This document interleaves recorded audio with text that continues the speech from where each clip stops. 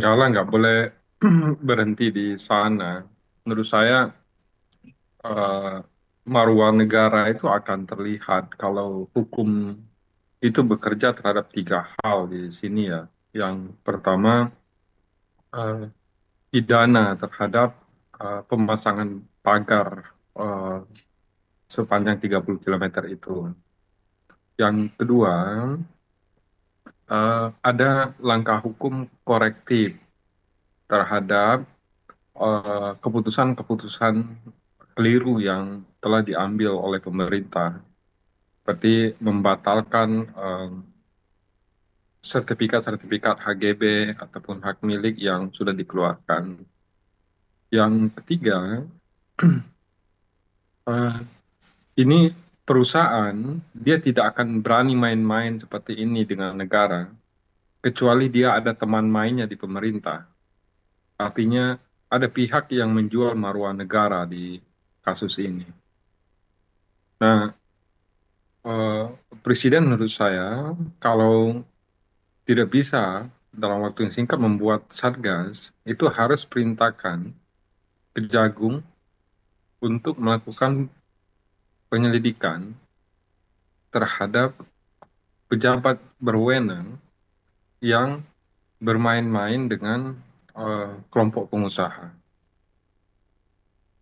Terus yang kedua, membongkar aktor di tahun 2023, karena reklamasi di Tangerang ini tidak bisa dilepaskan dengan eh, rencana penambangan pasir laut yang di bulan Mei eh, Jokowi menerbitkan peraturan pemerintah tentang pemanfaatan pasir sedimentasi. Ini bukan sesuatu yang tunggal, ini sesuatu yang paralel terjadi. Dan menurut kami eh, apa yang terjadi di Tangerang ini puncak gunung gunung es di sumber daya alam. Ini eh, secara kebetulan saja dia dekat eh, dengan kota Jakarta, dengan istana, sehingga sehari-hari bisa menjadi perhatian publik. Maka saat ini sebenarnya memang ada kebutuhan untuk Presiden membentuk Satgas terhadap sumber daya alam yang melibatkan semua eh, kementerian, badan, dan lembaga penegak hukum, karena sudah sangat lama eh, pejabat, politisi di Indonesia ini menjual eh, tanah air kepada kelompok-kelompok tertentu. Dan ini harus dibereskan dengan eh, satuan tugas khusus yang langsung dalam pengawasan Presiden. Disarankan ada satgas atau mungkin mendorong Kejaksaan Agung menyelidiki. Tapi kalau melihat inisiatif dari Menteri KP waktu kemarin rapat kerja kan dia bilang ke DPR bahwa ya tidak ada yang mau mengaku bahwa mereka yang bertanggung jawab atas pagar-pagar itu. Menurut Anda mengejar sosok yang patut bertanggung jawab itu gampang atau susah sih kalau menyimak pengakuan dari Menteri KP kemarin di rapat kerja DPR? Kalau menterinya tidak berani membongkar siapa pelakunya, kementeriannya yang dibongkar. Karena tidak mungkin mereka tidak tahu. Itu bukan hal yang sulit. Karena Menteri KKP itu, dia akan tahu siapa yang akan mereklamasi di satu tempat, dan dia akan tahu juga siapa yang akan menambang pasir di satu tempat. Karena dua-dua lokasi ini, itu Menteri KKP yang akan mengizinkan dan memberikan alokasi ruangnya. Jadi nggak mungkin nggak tahu. Dan tidak bisa kita mengharapkan penegakan hukumnya dari KKP. Karena tidak mungkin suatu badan itu menghukum dirinya sendiri. Makanya kita butuh satgas yang dapat menjadi check and balance, memeriksa satu sama lain antara kelembagaan. Karena bisa jadi menterinya bersih, menterinya mengikuti perintah presiden, bekerja dengan benar, tetapi sistem birokrasi di Indonesia itu sudah sangat lama bekerja itu kepada tujuan yang salah. Bukan hanya di KKP, ATR BPN, Kementerian Kehutanan, juga demikian.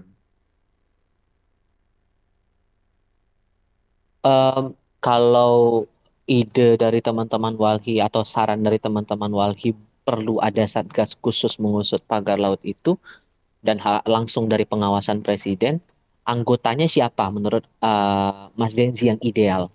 Apakah Ya, harus dari eksternal seluruhnya atau ada dari pihak internal juga? ya Satgas ini dia bukan hanya mengusut pagar laut yang ada di Tangerang ya, tapi semua proyek-proyek reklamasi dan rencana-rencana penambangan pasir laut di Indonesia. Ini harus dibongkar semua. Kelompok pengusahanya siapa, kelompok pemerintahannya siapa, politisinya siapa. Nah, Satgas dibentuk itu satu harus melibatkan kementerian terkait. Yang tidak boleh ditinggalkan adalah Kementerian Lingkungan Hidup, ATR BPN, Kementerian Kelautan dan Perikanan, Polri, Kejagung, dan masyarakat sipil. Kenapa masyarakat sipil itu penting ada? Karena masyarakat sipil lah yang akan melihat secara objektif dari luar dan memberikan umpan balik ke dalam pemerintahan. Dan independen, tidak terafiliasi dengan kekuatan politik tertentu atau kelompok usaha tertentu. Oke, kalau kita fokus lagi ke topik yang saya sampaikan ke Mas sebelumnya, ini menyangkut masalah dampak dari munculnya pagar itu terhadap kondisi lingkungan di sekitarnya, terhadap biota laut terutama. Ada yang bilang bahwa sebetulnya pagar laut ini tujuannya ya buat menghindari abrasi. Buat Walhi, itu alasan yang cukup masuk akal atau malah sebaliknya? Itu ngelawak itu namanya, itu bukan sesuatu yang rasional.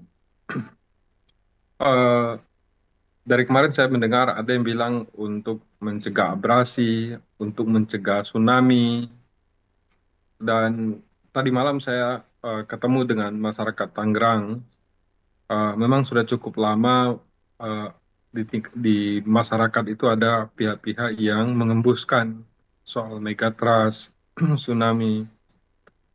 Di Jawa ini, tsunami itu potensinya di pantai selatan, sedangkan ini di pantai utara. Itu sesuatu yang tidak mungkin. Tenggelam dulu Pulau Jawanya, baru dia akan sampai ke sana. Yang kedua, ini untuk mencegah abrasi. Ini bukan dari nelayan. Kalau nelayan yang sesungguhnya mencegah abrasi dan lain-lain, mereka pasti akan menanam pohon, menanam mangrove. Itu karakter nelayan di Indonesia.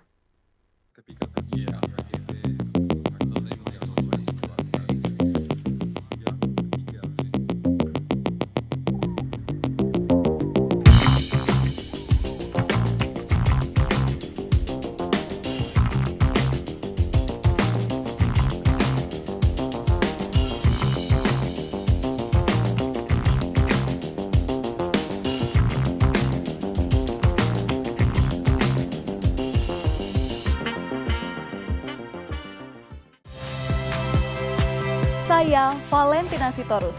Saksikan program-program Kompas TV melalui siaran digital, pay TV, dan media streaming lainnya. Kompas TV, independen, terpercaya.